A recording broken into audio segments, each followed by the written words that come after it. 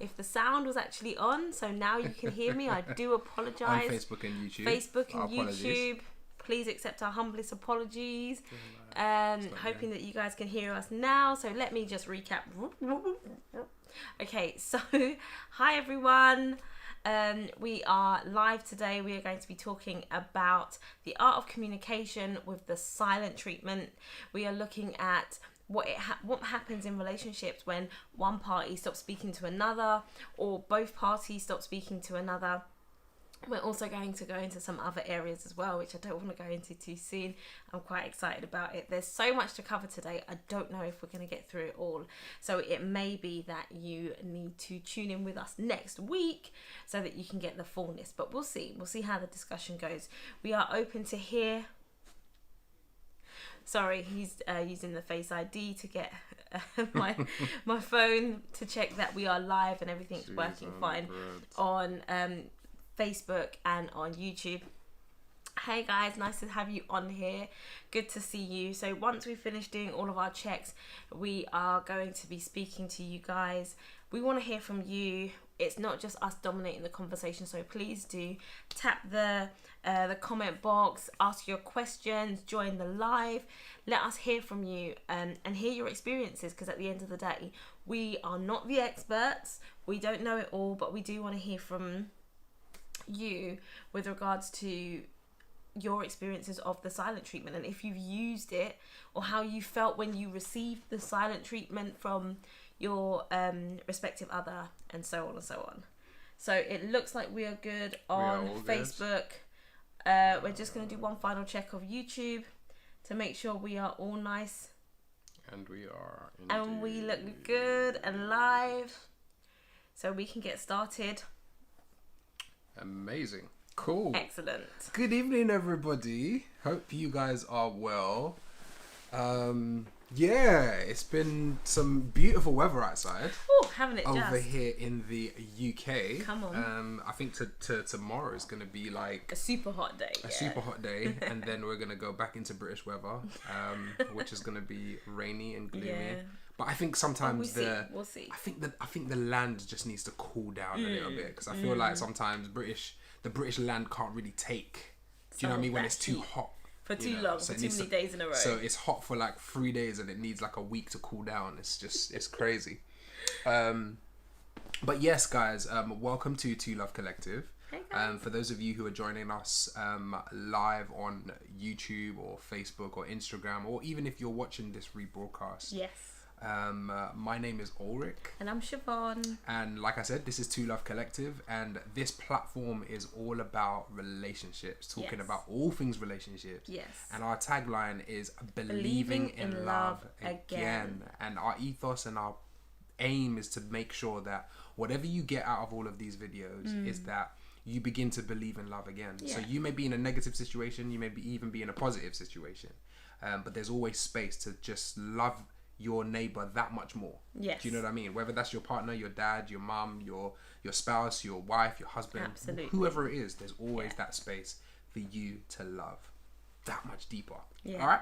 So we have been covering the art of communication. Yeah. Guys, like this is week 14, I think. Yeah, week 13. 13, 14. Yeah, 13 or one 14, of them. One of them, yeah. And we did not think that this was going to take so much of our time. But every single week, we just keep thinking, there must be, not even there must be, like there is There's so much more that we can talk about. Do you know what I mean? And today, we are covering silent treatment. Ooh.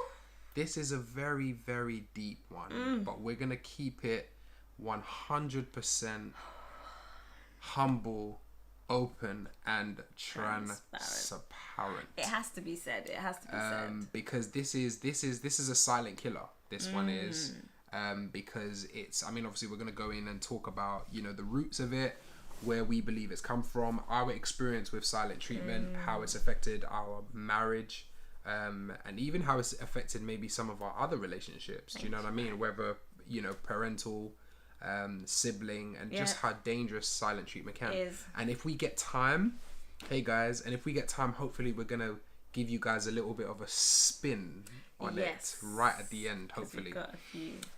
Because it's really important to kind of look at things from a balanced perspective. Yeah. So welcome, guys. Thank you for all of you that are joining our live. Hello. Hi. So yeah, silent treatment. So already there's kind of an oxymoron with that set of words, silent treatment, because it almost implies that the treatment is almost like how if you've got a problem, the way or a solution towards it is to treat it. If someone's having a treatment, it's almost like it sounds like this is a cure for this situation, or this is a way to handle this situation. But actually it's a bit of an oxymoron, because generally when I think of the silent treatment, I think of it in a negative aspect, whereby somebody's in their feelings, they've been offended, and they punish the other person by saying, I'm not going to talk to you, I'm going to withhold I'm going to withhold my presence from you, my speech from you, my interaction from you, my communication, my opinion from you, by not answering you, by treating you. Now, I know there's different levels to the silent treatment, because there's a silent treatment that, you know, like some people, they are a pro. Hey, honey, they are a pro at giving you the silent treatment. They don't make eye contact with you. They don't even, like, when they walk past you, if the two of you are in a tight space, they make sure your body doesn't even touch. Is like, get away. I want to be as removed as possible. So not only are you not hearing my voice, my presence needs to be missed in some way, shape or form by me withholding touch. Because you're physically there. Yeah. But you physically don't want to touch that person. Hmm. So if they come near you, or you have to brush past each other, it's like, no, don't lean in, don't even, and then you get, don't even look. The person comes in the room and you look down to make sure they are abundantly aware of the fact that you're not even talking to them. Right. And when they come in the room, so that you know, I'm giving you the silent treatment. I'm not even going to acknowledge you with my eyes. It's so deep. And I can say, like, where does this come from? I have to question it. I know I've done it. I can't hold my hand up and say I haven't. I know I've received it. But all I can say is, where did this form of communication come from? Absolutely. Why do we choose to go to this point when we are upset with our significant other? Definitely. I mean, I think you've definitely opened it up very well, Siobhan. No, but seriously, I think it's a very, very good question, and I think, you know, as Siobhan said, you know, we've been on the receiving end of both. Where we're giving silent treatment and when we're receiving silent treatment. And I think when we started to actually look at it, at its core, it's offense. Yeah. That's what I think. Yeah. Because I think whenever I've been giving silent treatment, a lot of times it's because I'm offended about something. Yeah. And so I'm removing myself from a situation or removing myself from interacting with Siobhan because, and it's in two parts. One is because, you know, you're processing. Yeah.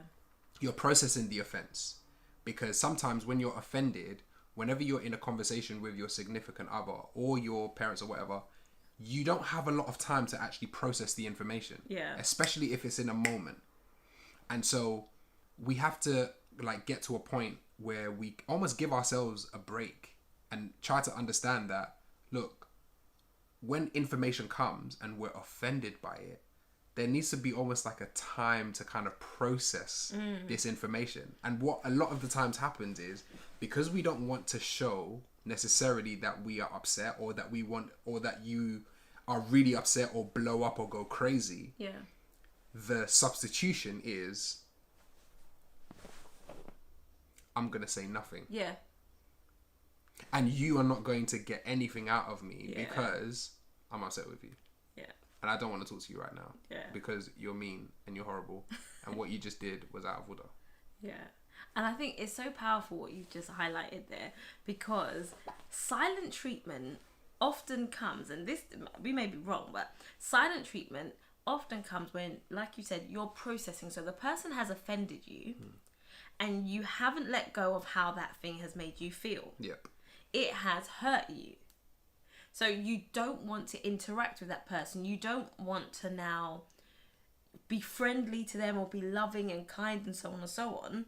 So you want to now pull back and be away from them. But at the same time, whilst you are away from them, I cannot imagine any person can tell me when they are in their silent treatment, they are not replaying in their head everything that the person has said. Absolutely. Replaying in their head everything they said. Everything they wish they said. That's the big one right there. And everything they think maybe I should have said. Very you true. know? Because when I have true. come out of a discussion, I'm like a camera. You know those like 360 degree cameras where I'm looking at it from Ulrich's side, I'm looking at it from somebody else's. Well, what would someone else think? What would God think? What would my pastor think? What would my parents think? What would my son think? I'm playing all of these different scenarios in my head of what could have been better, how could I have approached this differently? How could I have handled this better? Yeah. What is it that they've said that's offended me? And what else could have been done to handle this slightly differently? Yeah. But I think when you're doing that, the danger is you don't have any more information than what the person has given you. Yep, that's right. So what you end up replaying in your head is only what you can foresee. So it's kind of like, I have knowledge of the English language. I don't have knowledge of Mandarin. I will never speak Mandarin just like that. I would have to learn it. So I can't now try to imagine how it would have been said in Mandarin if I've never been there. I'm not Ulrich. I'm not in his head. I can't imagine exactly what he has said and why he said it, or why he's delivered the information the way he has delivered it, because I've not walked in his shoes. I've never been him. He's had his own experiences, which is why he's arrived at that point. So me playing it over and over in my head, compounding it, Wow. I haven't arrived at any place differently some of the times, because I haven't heard anything else come out of his. I'm only able looking at it from your perspective, from my perspective, because it's so true. And it's like, it doesn't matter how much you try to see it from the other person's perspective, you will never be able to fully understand how another person sees it, because you, like Siobhan said, you've never walked a mile in their shoes. Yeah. And I think that is something to actually come face to face with and really understand that, okay, yes, I'm trying to see it from your perspective, but also understanding that comes with humility. Yes. And it comes with maturity. Yes. And understanding. Yes. Do you know what I mean? Because Fantastic. because there's some things that you just like, there's certain things that Siobhan and I have argued about, and there's no way that she can understand. Yeah. Do you know what I mean? Like when we were going through our season where we were just like, you know, financially things were just in a place. Like, and she was coming to me asking me, you know, what do we do? What decision do we make? Like, she would never be able to understand the pressure of what that means for a man to be able to carry the family, because it was never built for her. It was never created for her to carry that. That's right. Now, not to say that there are many women out there, some of you who may be watching this live or rebroadcast, who have had to step into that role. Yeah. Do you understand? So maybe there's a understanding that you may have because you had to deal with it. But these are the things that we have to almost be able to identify very quickly. Yes. When we're having disagreements. Yes. Because at the root of it is, you guys are you're from different planets. People. If it's male and female, you see things differently. Yeah. And it's so very true. Communication is the bridge to now bring those two perspectives into alignment. You know what I mean? And it takes time. It does. It like does. Even now, like Siobhan and I, we still disagree about things. Yeah. Do you understand? And it takes time. And I keep saying this to young people. It's like, you have to understand that becoming one takes time. Yeah. You can't expect that, you know, 6 months is gonna do it. No. You can't expect that. You know, I was speaking to a young guy recently, and you know, they've had like 3 arguments. Yeah. You know, and automatically it's almost like, oh yeah, well, you know, I've told her so many times, but she can't see it from my perspective. And it's like, you need to give things time. We're so in a rush to arrive at perfection, to arrive at, oh, she understands me, he understands me, oh, we're so in love, oh, dude, even after 10 years, we still have our moments where we have to say, you know what, I don't see this from, I can't see it from your perspective. Yeah. You know what I mean? And so we have to continue to learn. And I think that what that does is it challenges our ability to communicate. That's it. And express ourselves. That's because it. sometimes we explain it in our own hearing and we understand it. Yeah. It makes sense to us. You know, it's like sometimes when I get frustrated with Matthias, when I'm teaching him certain things, I'm just like, how can you not get this? And then he's Poor looking boy. at you like this. Do you understand? And I have to literally continue to find, and I think that's one thing that Siobhan's really good at, finding ways to simplify what you're trying to say or do, so that it's malleable and you can accessible. Yeah. You know, you can eat it and stuff. Yeah. You know, but sometimes, I've just had to chief him, man, and just be like, no.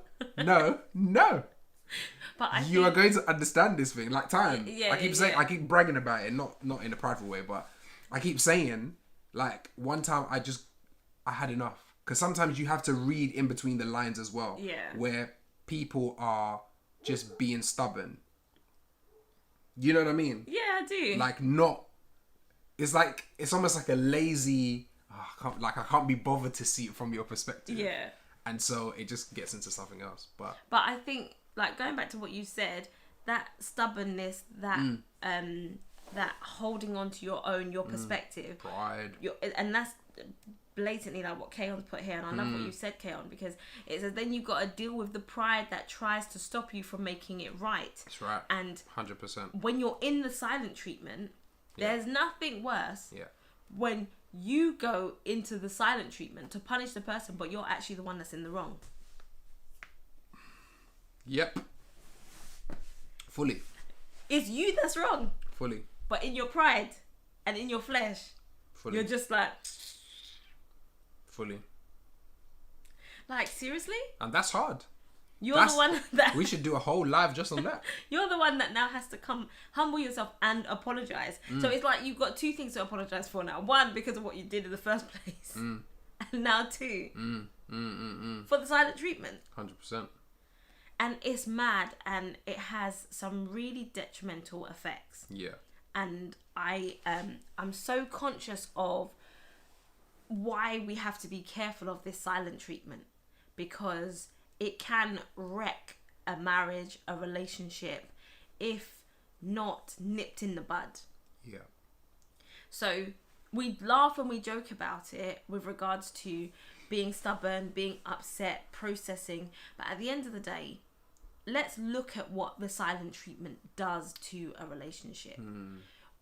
When we had the divorce lawyer on at the beginning of the year, I think it was the most profound statement that was made. It struck a chord with us. It's turned on a light bulb. It wasn't even a light bulb. It was like a lightning rod that said, right, we need to focus here.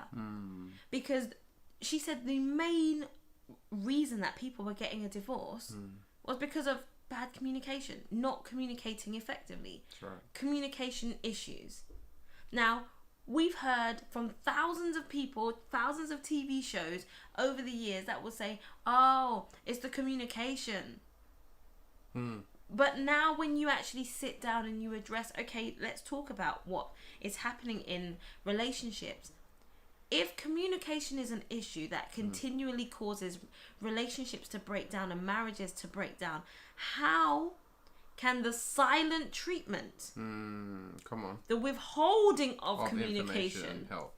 And it's a purposeful. It's a you purposely chose to withhold your communication to make a point with being silent. And I think I mean, like, we even sing songs that say, I will not be silent. You know, like, the power of silence is important in some ways, and I can't deny that. But I also think there is also power in the silent treatment in our marriage that can now affect it in the negative. Because, okay, so... when you don't say the right things, or you don't say the things that are necessary for that moment. Exactly. But also I want to look into... Okay, so in the Bible it talks about rebellion is close to witchcraft. And one of the things that we learned a long time ago was about the fact that if you are manipulating...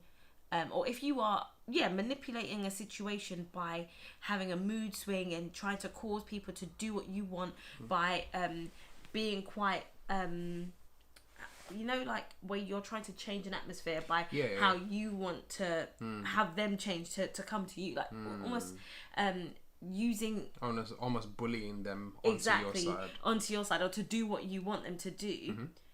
And sometimes that can be done with the silent treatment. So, hey, hun, you may find that some people are trying to be giving people the silent treatment to prove a point that they can get their own way. You know, like... and to almost like to assert dominance. Exactly. So I'm going to punish you, or I'm going to treat you like this. To show you that I have power. Yes. It's a power play. Yeah, man, it's deep. It's called gaslighting. Jeez, wow. Come on. I didn't even know there was a word for it. Jeez. Shy, I think you need to come into with some more explanations on this. It's called gaslighting, because that is deep. Lightning, yeah. I'm done. Because, like, when people are trying to manipulate a situation to get their own their own way, and they use the silent treatment, it's an abuse. It's an abuse of communication. Communication is a blessing. It's supposed to bring us closer together. The Bible talks about how can two walk together lest they agree. So the power in agreement is what now causes God to be in the midst, because the Bible also tells us that when 2 or 3 are gathered, they're in his name, there he'll be in the midst, he will be in the two of them. So in every marriage, the two of you got married in the name of love and in the name of the Lord. So God is now there in your home, whether you ask for him to be there. He's already given you his word that he's there with the two of you, helping you walk out your marriage together. So now all of a sudden, we've got ourselves now choosing to withhold our communication. I think, even when I think about the concept of it, I just think that's like starving the relationship of the food and the air and the nutrients that it needs. Yep. Because the point of it is, with the silent treatment, there now comes the lack of talking or interaction, and then the lack of the physical touch. And these are the things that strengthen the relationship. And I know, like, okay, cool, so we may practice fasting as people to draw closer to the Holy Spirit, but I don't understand how the silent treatment would help us in our relationship. It doesn't. That's true. It doesn't takes feel you away like from it. Exactly. Definitely. But I think the reality is that we're human. Yeah. And the reality is that sometimes those significant others, whether that be spouses or family members, get on our last nerve. Because, you know what I mean? Because it's all well and good, like saying obviously the reasons why, you know, silent treatment, you know, happens and what it does and all that kind of stuff. But the reality of it is, when you're in that moment, you need space. And you are ticked off, you just need space. Like you rightly said. And you just need to be like, yo, you stay over there and I'm going to stay over here. Okay? Because right now, I don't want to talk to you. I don't want to be near you. I don't want to touch you. I don't even want to smell nothing. Like, I'm just, you know. Don't come over here and fart next to me. I don't want to smell that. Just go take a bath once. No, but seriously, and I think that's the reality of relationships. It's like, it's really difficult. And these things that we're sharing, and we're very careful how we share it. Because at the end of the day, we know, a lot of times, and Paul said it, the things that I want to do, I don't do. And there's a war in my members fighting against each other. And obviously he was talking about like temptation and like sin and stuff like that. But very much so, it's the nature of our human being. It's a human nature thing. Do you understand? Where we know what we should do, We know we should forgive quickly. We know we should love, you know, as husbands, love your wives as Christ loved the church and gave himself. That's what we should do. Yes. Do you know what I mean? Wives, submit to your own husbands as unto God. This is what we should do. We know the scriptures. We can quote it. You know, when everything's good, we can quote that scripture. Yeah. But it's when the argument is happening. You got to walk it out. You got to walk it out. It becomes the living word. Yeah. Not just the written word. Or the mental word. Or the thinking word. That was good. It's now the living word. How do you live this out now? Do you understand? And it's hard. And like what Keon said earlier about, you know, dealing with pride. Listen, depending on what it is that has offended you, that pride is strong.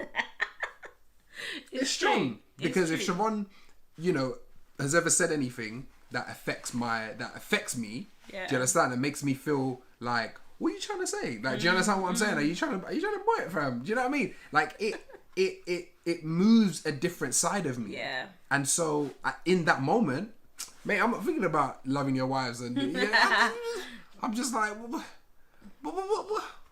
what? How could how could you say that? Yeah. Or, you know, it cuts deep. It does. Do you understand? It does. And so sometimes silent treatment is necessary. And I say this very carefully.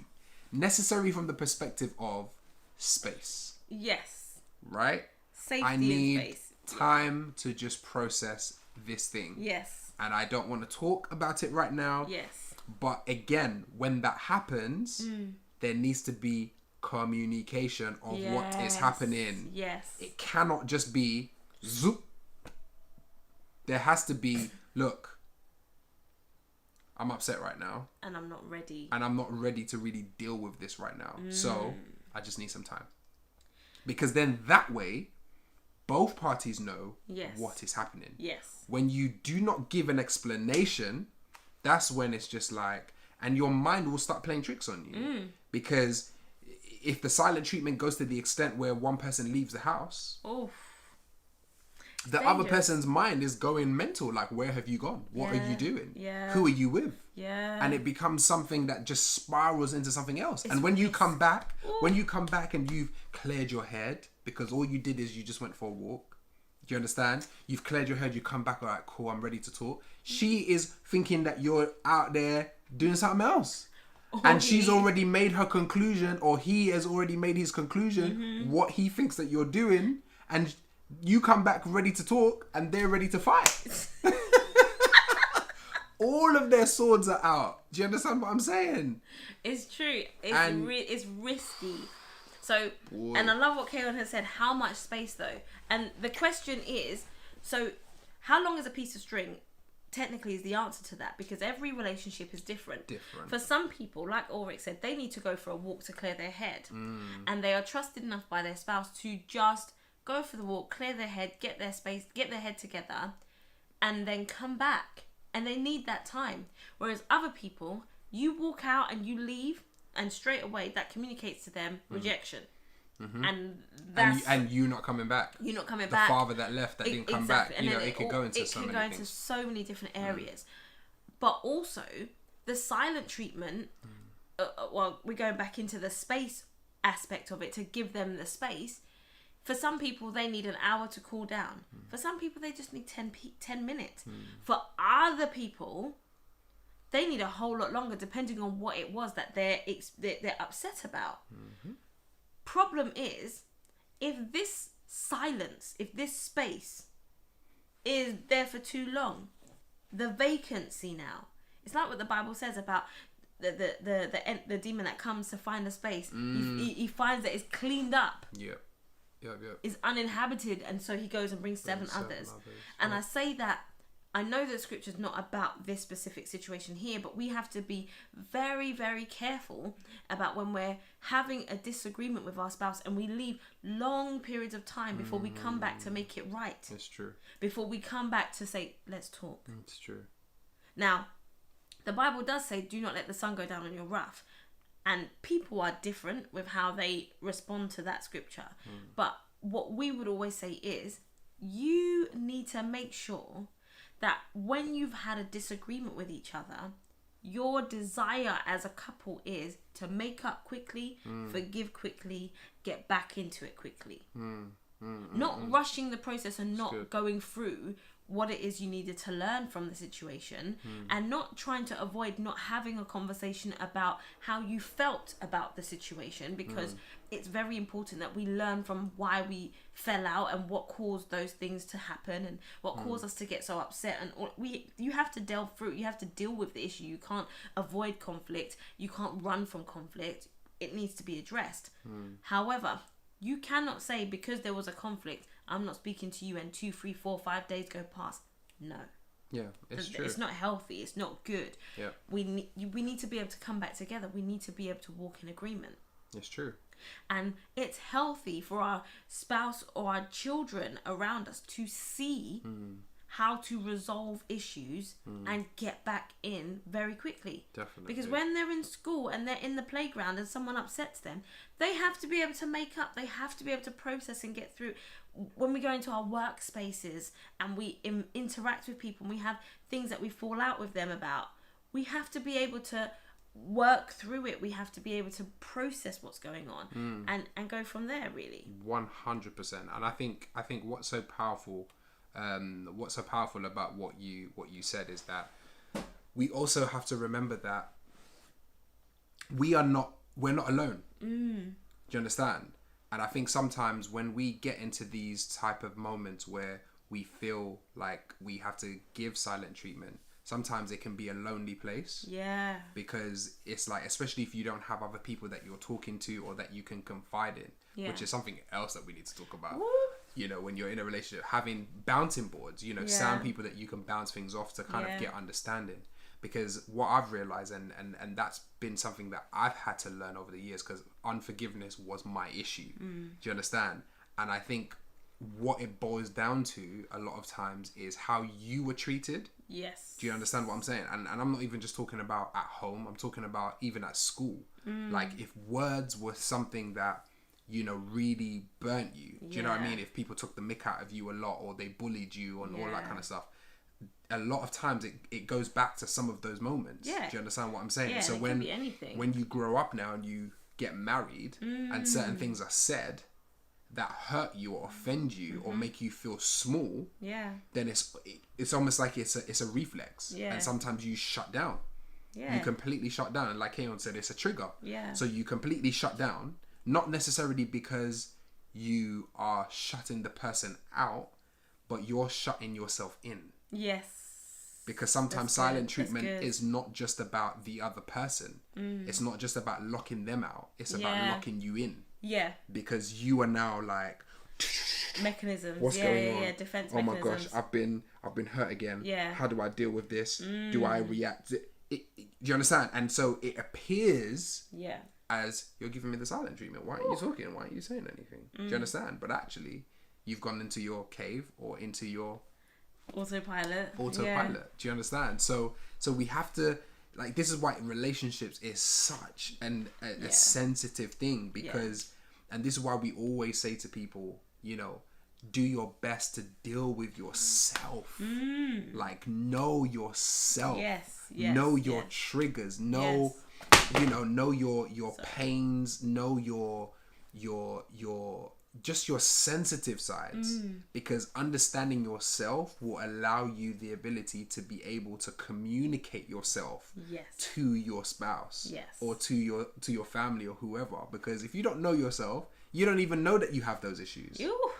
You don't even know that because you got bullied in year 7 and they slapped you and said that you were ugly. That's why when your husband doesn't say something nice when you wear a nice dress and don't say nothing to you, you start getting vexed. And it's pulling out. And it's almost like, well, you didn't even say nothing. You didn't even see that I've got a new wig or a new dress or new lipstick and stuff like that. Why didn't you say it? Like, hello, triggers. And it's going, and this is it. And you react sometimes. And then your husband is looking at you and thinking, what did I do? But you're reacting to him based on something that happened to you when you were 11 years old. Yeah.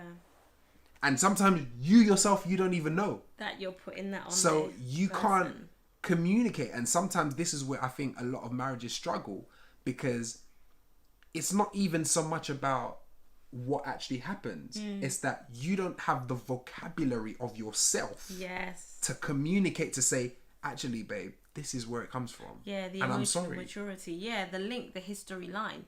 And I think that, I love what you said there, because at the end of the day, hurt runs deep. And unfortunately, if we don't map out where some hurts are coming from, what the cause or what the origin of those hurts are, we can't now address them to deal with them. Exactly. So then when we get into relationships, we end up going through the motion of responding to a symptom rather than dealing with the root. Because the root of it is that this person could never be expected to know that this is what took place 20 years before you even met them. Exactly. And it's also a very bad expectation to have. To have of them to solve those problems. But if you have communicated to them, these are things that you experience. We also need to be patient. Come on, give grace. That even if they do something, they are not walking in your shoes. It's true. Although they know this about you, they don't always remember the full extent to which this is difficult for you. Definitely. Or the full extent to which they now need to change, because like we said at the very beginning, they've never walked a mile in your shoes. Right. So, okay, prime example. We have a long-standing issue about time. My timekeeping is not as good as it could be, but it has improved dramatically from when we first met. I never forget when Ulrich was growing up, when he was in Sierra Leone, it was expected of him to be showered, dressed, ready for school, and sitting down at the breakfast table by 7 o'clock in the morning. Every morning. Now, personally, I didn't live in that kind of environment. So when Ulrich now sets a time and I'm not ready for that time, he's like, listen, I don't understand why you're not ready. Because from the time I've been yay high, I've been organising myself to be able to meet this time deadline. Whereas for me, it's been like,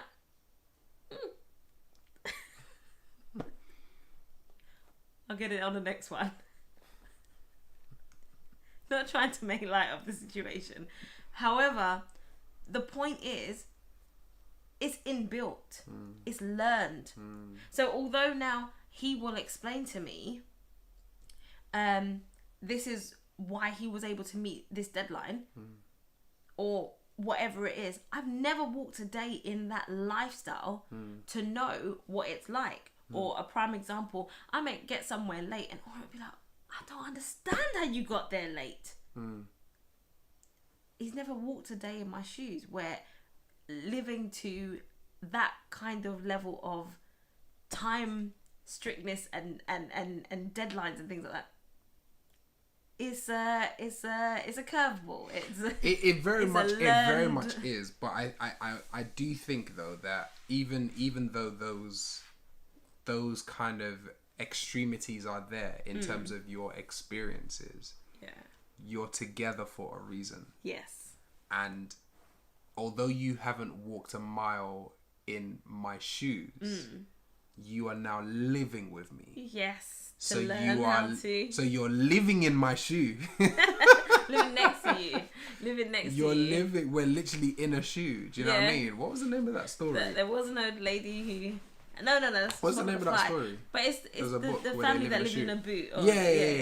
Do you understand? So you're in the and this is why I always say to couples is that when you are together, you have to realize that you have to in some ways let go. Yeah. Be prepared to let go of how you do things. Because the fact of the matter is when the two of you come together, you're all gonna have strengths and weaknesses. Yes. Okay? There's gonna be particular areas, if we use time as an example. Yeah. Time is an important thing. Yeah. Because when you are not a respecter of time, you're gonna miss opportunities. Yeah. If you're late, you're gonna miss things. Opportunities. Like that. True. That's crazy. If you're on time, you're late, because if a train is set to leave at 7:00, and you get there at 7:00, you miss the train. You miss the train because it's setting out at 7:00. Yeah. So these are the little things. So it's almost like when you're now coming together, you now need to be able to see who has the strength in that area. Yeah. And whoever is weak in that area needs to understand that if we're going to be able to move together as a cohort, we have to be able to match, so that we all get the blessing of what achieving that thing is going to be. And it could be the same thing about other things. Like, it's not the same with everything. No. Do you understand? Because if we talked about cleanliness, some people are very clean. Yeah. And other people are not. And really and truly, it's not that big of a deal. It's not a deal breaker. But for some people it is. If their house is not kept clean, they can't stand mess, they can't stand untidy, they can't stand things out of place. So I get it. So everybody has their different deal breakers. That's true. Everybody has their different things that they need to have. Some people, it needs to be set in a certain way.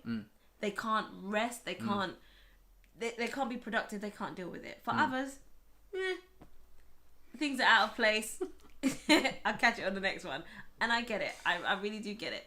Everybody is different. But I think when we come back to the silent treatment and how we process dealing with our spouses or our loved ones when they don't meet what we're expecting of them, or they hurt us in a different way, we have to go back to, okay, so why is it that this situation is bothering me to this extent? And how do I communicate to this person what this situation has done to me? Because at the end of the day, if you have had a falling out and you've decided you need some space, the point is, when you come back, how do you now communicate to this person? Yeah, exactly. This is how I felt with you. Yeah. And this is why I was so upset. But in my time of reflection, because I guess I'm expecting that when you're in your silent treatment, you are reflecting. You're not just cussing. You're not just coming up with your list. Which is what you're doing. Which is ultimately what you're doing. You're just like, what? I can't believe she said that. I can't believe he said that. Who does he think he is? Who does she think she is? Listen, I should just slap his face, because really and truly, that was just rude and disgusting. I mean, does he even know who? That's what you're doing. You're not processing and saying, I wonder where the root of this is actually. No, but you should. Sometimes you do. You really, really do need to. Definitely.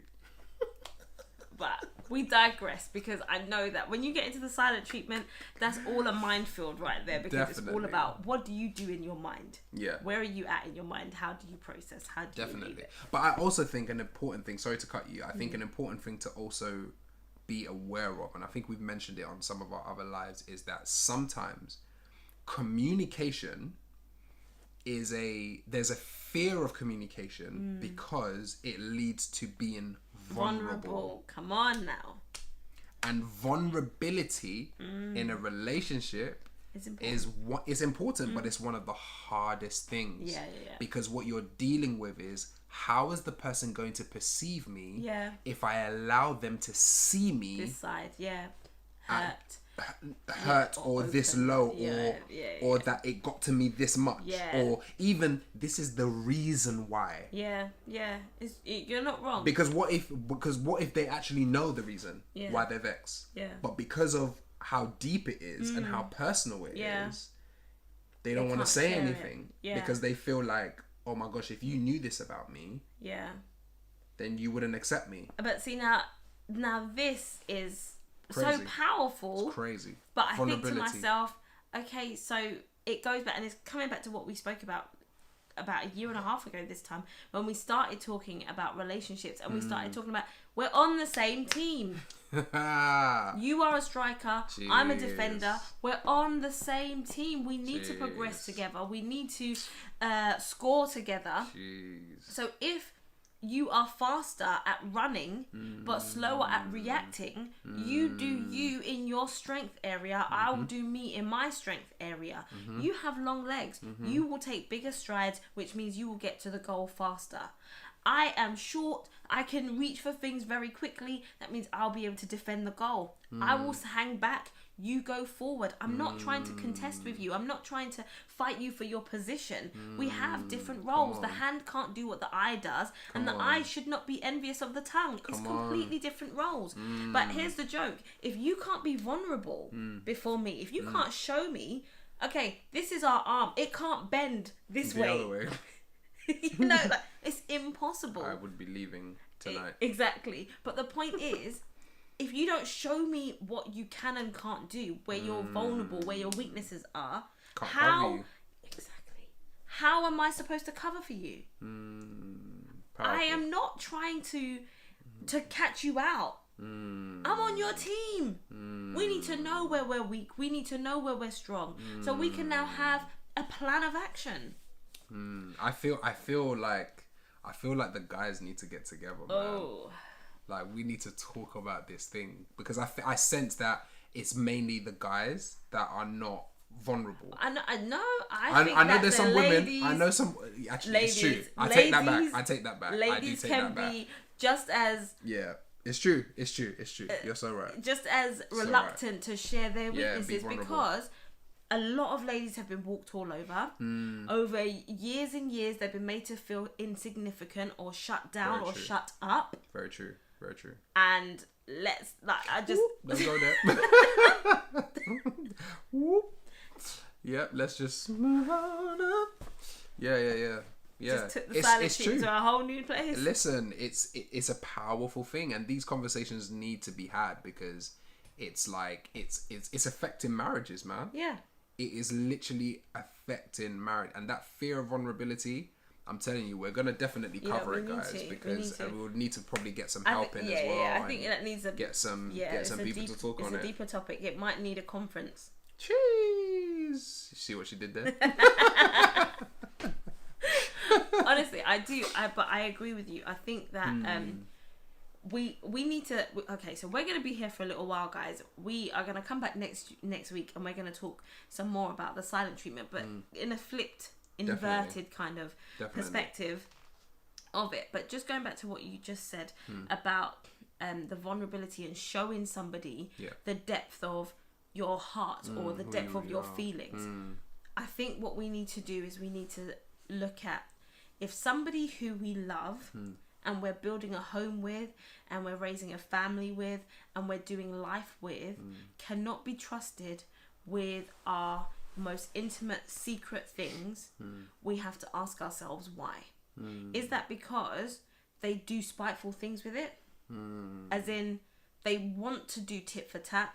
They want to see you hurt to get them back, or get you back for things that you have done and things like that. Or they use it against you. Or they use it against you. If that is the case, then we need to question, is this a working relationship? It's true. And sometimes it may not even be some of those things. It could just be because of how they react with other things. Yeah. How can I then trust you with this? Yeah. Do you understand? Because there's been times where Siobhan and I have had arguments here, and she's responded in particular ways, and in my mind I've said, I'm never going to say anything again. Do you understand? And I've had to, and many men do that. Do you understand? Because when it's to do with, general things, and women, and a lot of times guys are testing the waters to see how much they can give you. Yeah. Do you understand? Yeah. And so when you blow up about particular things, it's just like, mate, I'm never going to tell you that I struggle with this. I'm never going to tell you that I do this, or this is what happened to me when I was, in boarding school. It's true. I'm not going to tell you, because if you respond like this here, what would you do with this? This information, exactly. You went and told your girls, and what? You broke the trust of our marriage and went and spoke to somebody. Oh Lord! About something which was between me and you expect me to be vulnerable with you? No way. Like, when that trust is and this is what I'm saying. Trust is not just infidelity. Trust is not just broken in infidelity. Yes. Trust can be broken even in arguments. Yeah. And with small bits of information. Yeah, and someone throws something back in your face. Listen, yeah, or how can you say that when you X, Y, and Z, and then they just pulled out your worst history. your dirtiest secret, your worst act, the thing that you regret the most, the thing that you are most what's the word? Regret the most. The thing you are most regretful of. The one thing you wish that you never did or never experienced. Yeah, definitely. And that gets thrown back in your face. Definitely. And this is why companionship is it's hard. It's such a powerful thing, and we talk about it because people have to, like Siobhan rightly said, we are on the same team, and we have to understand where we're going, what type of marriage we want to have. Because when you just jump in because of feelings and butterflies in your stomach, because of status and popularity, you miss some of the details. Because that companionship should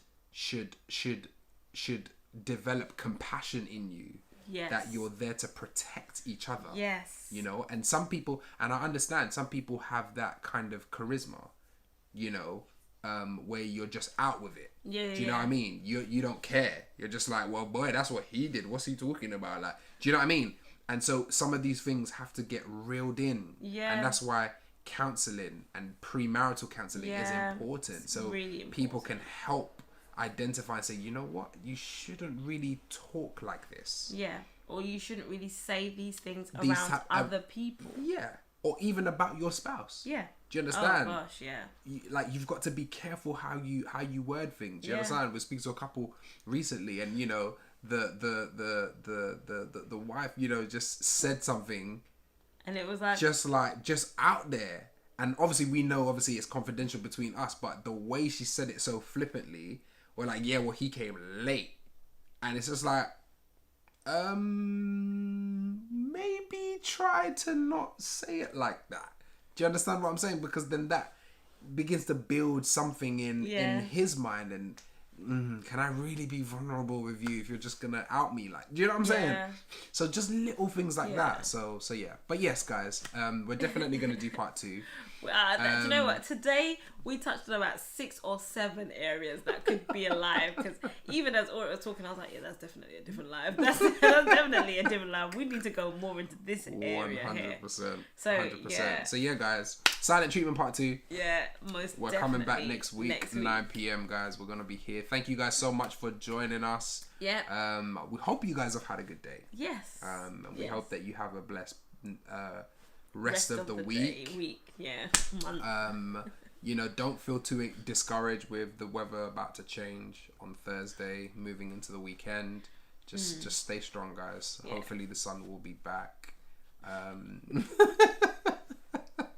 But yes, we thank you for joining us, guys. You could have been watching Amazon Prime, you could have been watching Disney, you could have been watching Netflix, but you chose to be with us, and we really appreciate you, and we thank God for your lives. So if you want to send us anything, or you want to DM us, feel free to, and also catch up on our other lives that we've done. You can catch it on YouTube, you can subscribe to our channel, and you can continue to leave us comments. 100%. Guys, have a good evening. See you next week, guys. Take care. God bless. Bye.